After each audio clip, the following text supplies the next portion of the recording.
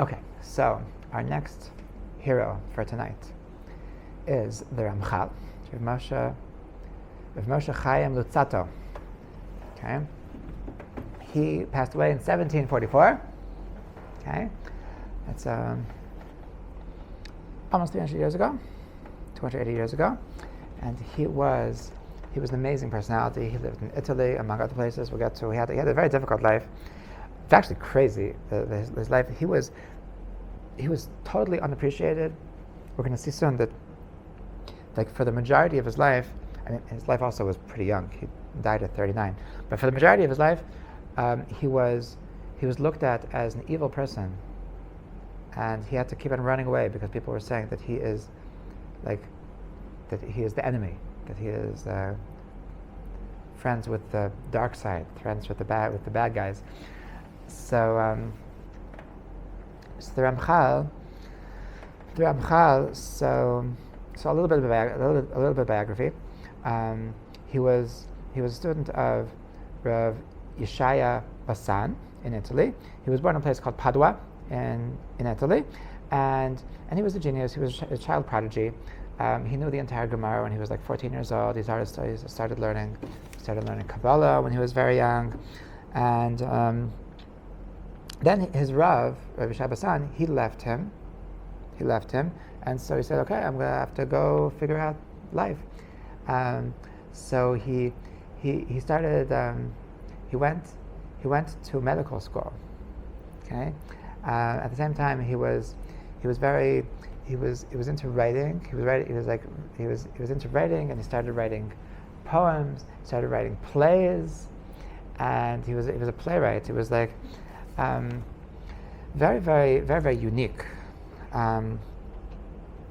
His first book that he put out was on writing, was on like how to express yourself properly. Like that was something that was really on his mind, and so, but at the same time he was very holy, and so at the age of 20, so he started this chabura.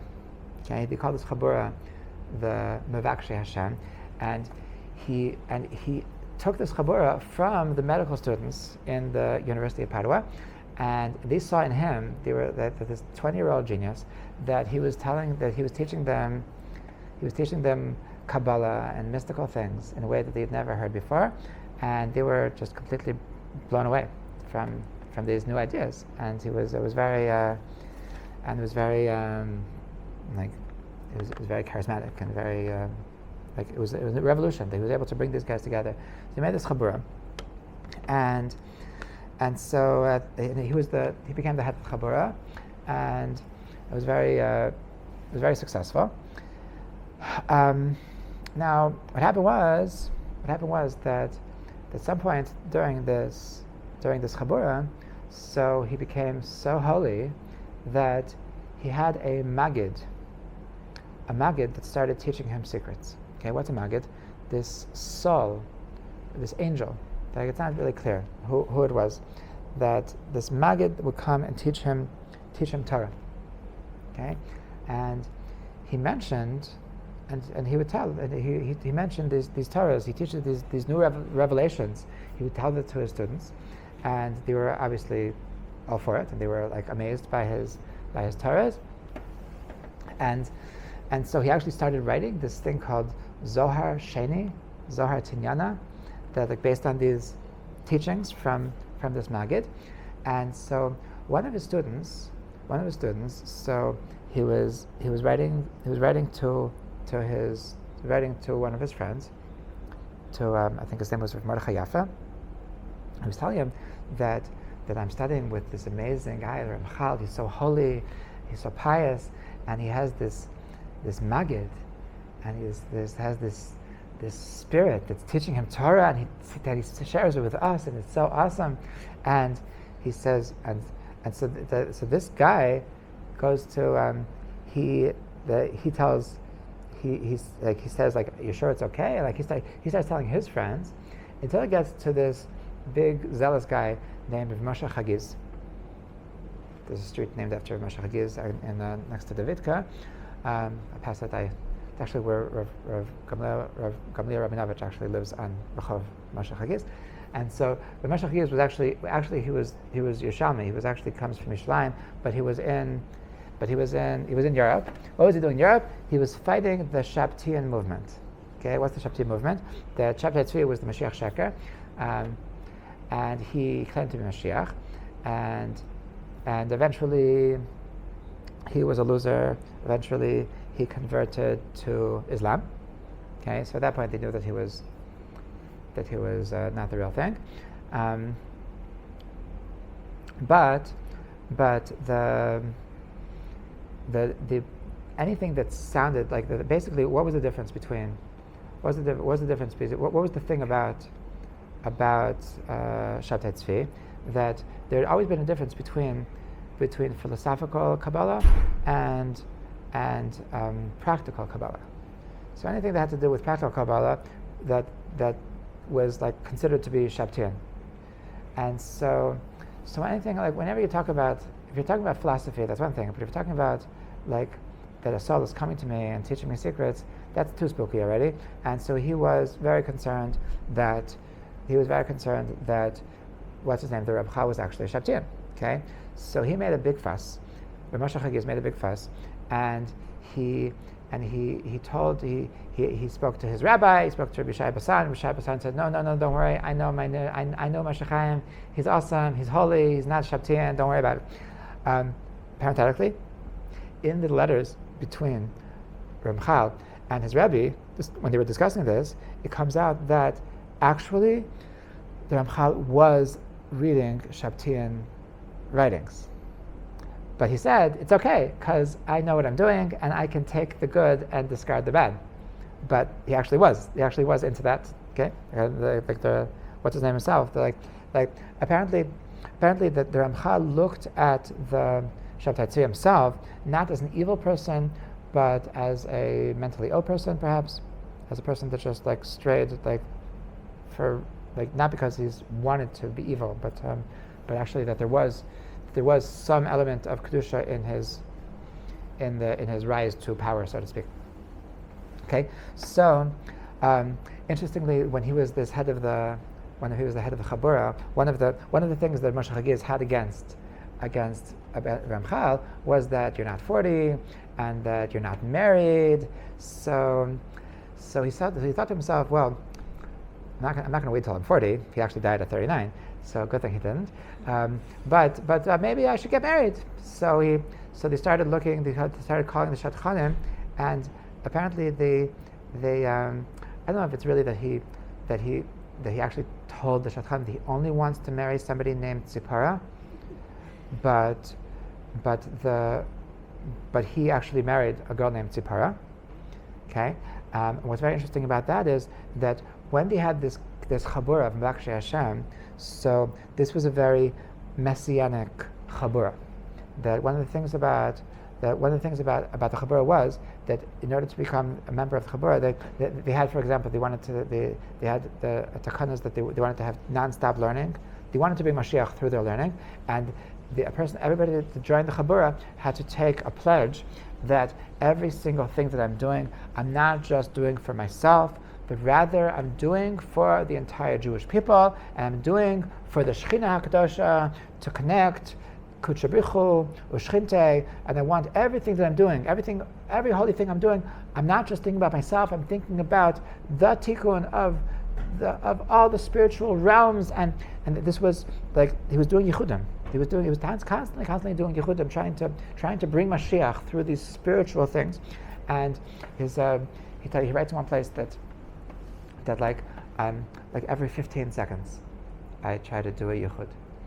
Okay, like this was what was on his mind. Okay, so he, as trying to be Mashiach, so when he wanted to get married, so he says, well, I'm Moshe, so that probably means that I'm the one that's supposed to bring Mashiach because Moshe is the leader of the Jewish people. So if I'm Moshe, so my wife is obviously Tzipora. So that's why he actually married a Tzipora, because he thought that would be his tikkun in becoming the leader that he needs to be. Okay, so he got married. It didn't work, It didn't work. This Moshe Chagiz was very against him. They made him take a shvua. They made him swear that he would stop writing his things. All of his writings that came from this Magid, so they discarded. They put it somewhere, and they said he can't write anymore. They made him take a shvua that he's not going to do it anymore. He didn't care. He said that it's a fake shvua because they were forcing me to take the shvua. He ran away to Frankfurt, but unfortunately, Moshe Chagiz heard about the plan, and he warned the rabbis in Frankfurt, listen up guys, there's this crazy Shabtian guy that he's coming to you and he's going to start teaching Torah. Don't let him do it. So they come and there was an ambush and he couldn't, and so he wasn't able to do it. And so he went from there to, and they made him take another shvua, and apparently his life was actually in danger at the time, that they were so serious about this that if he was not going to stop, they were actually going to kill him. So that's why he was he was able to take these shvuas and whatever. Doesn't sound very halal.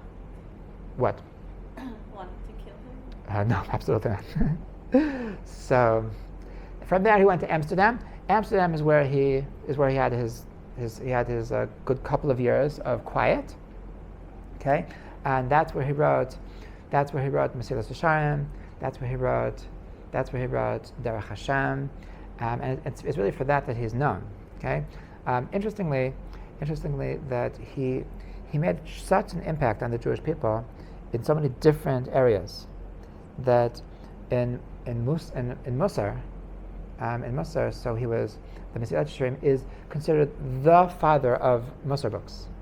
When in any yeshiva, when they learn mussar, this is the favorite mussar. It's my personal favorite. I feel very, very connected to Mesilas Yesharim, and I remember just singing its lines when I was young, and just over and over, and it's just that only to be close to Hashem is good, and anything else is not really good, and the Muslim movement, which is based on usually the concept of a mantra, of just repeating things over and over and again. So they used the Mesilas Yesharim as something to use for mantras.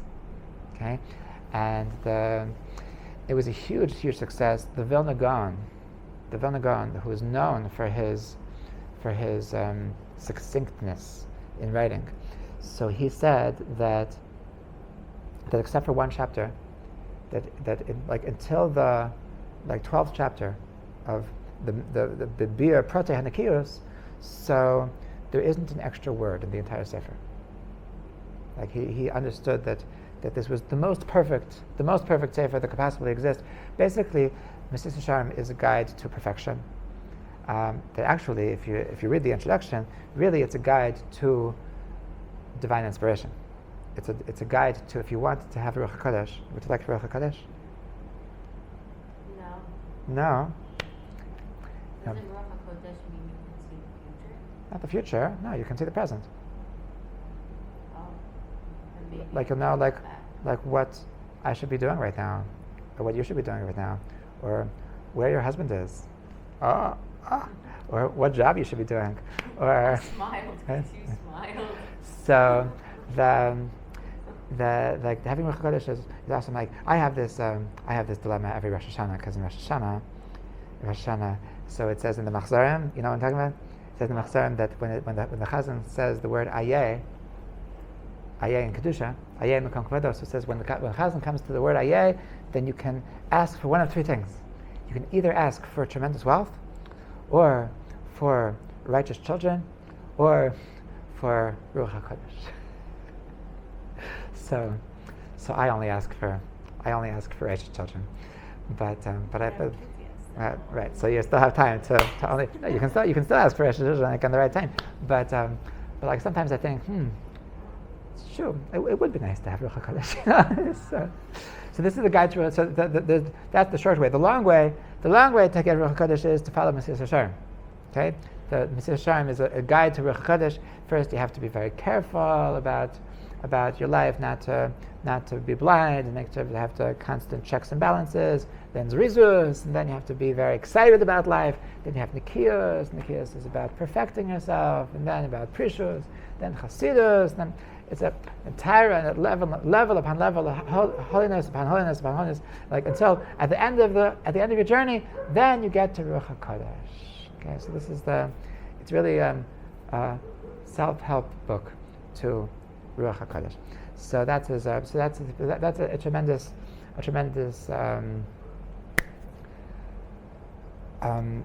gift he gave to the world of Mussar. He also gave a tremendous gift to the world of Jewish philosophy. Okay, and that's the book Derech Hashem. And the Derech Hashem is one of a kind.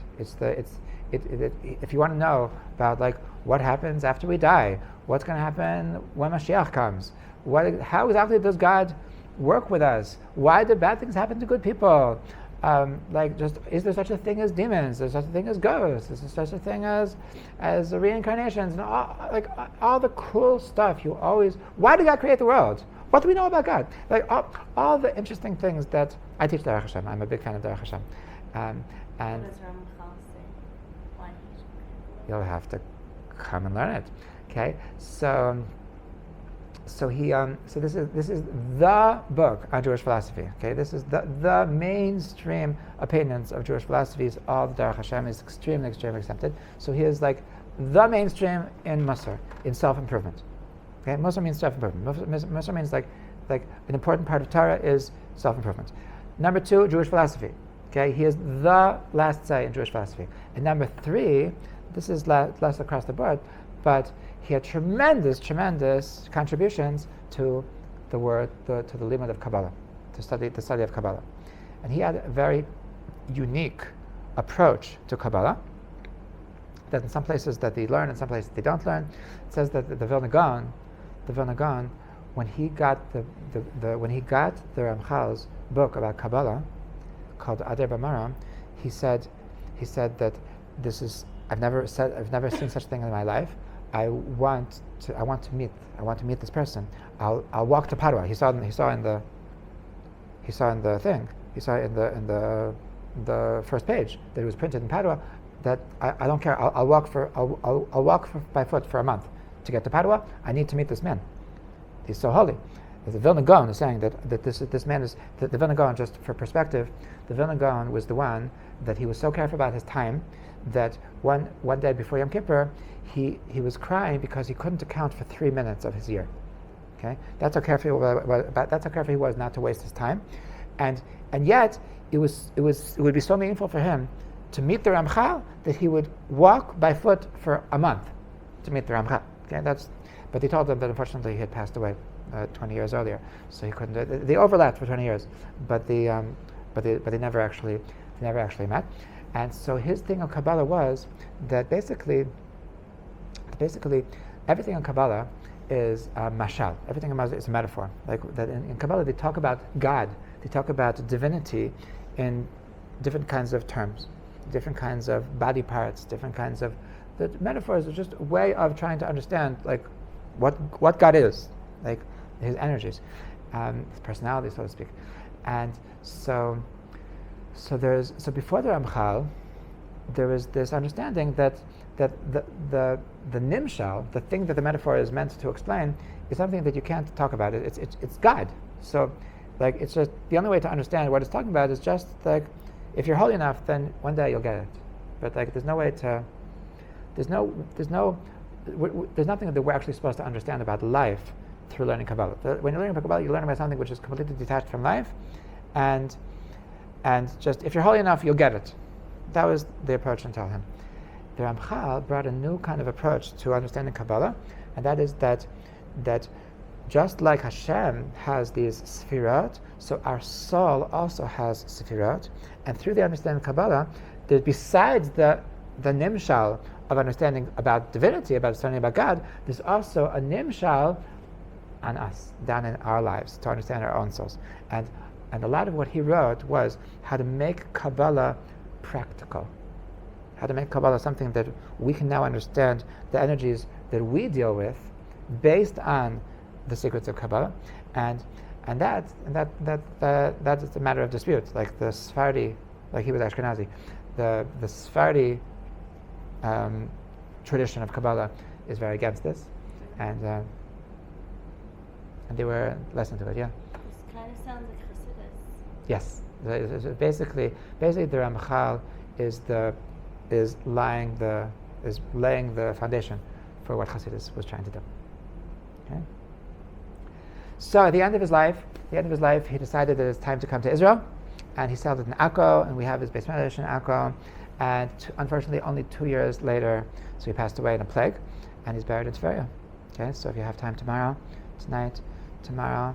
so you're welcome to give him a visit. We should light a candle in his honor. I don't know, I forgot his father's name.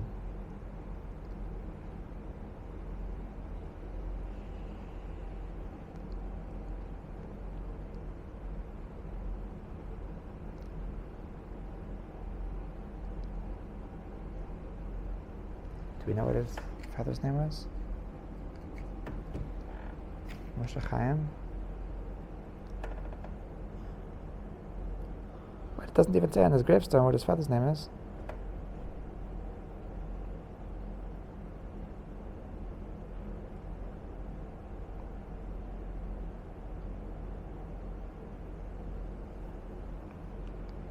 He moved so far away, no one knew.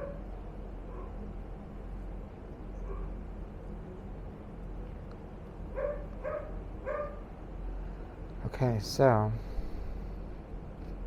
he'll know it's from us. Anyway, okay, Le'ilon Neshmas, Moshe Chaim, Ramchal, Rabbeinu, Zchus HaYagan Aleinu.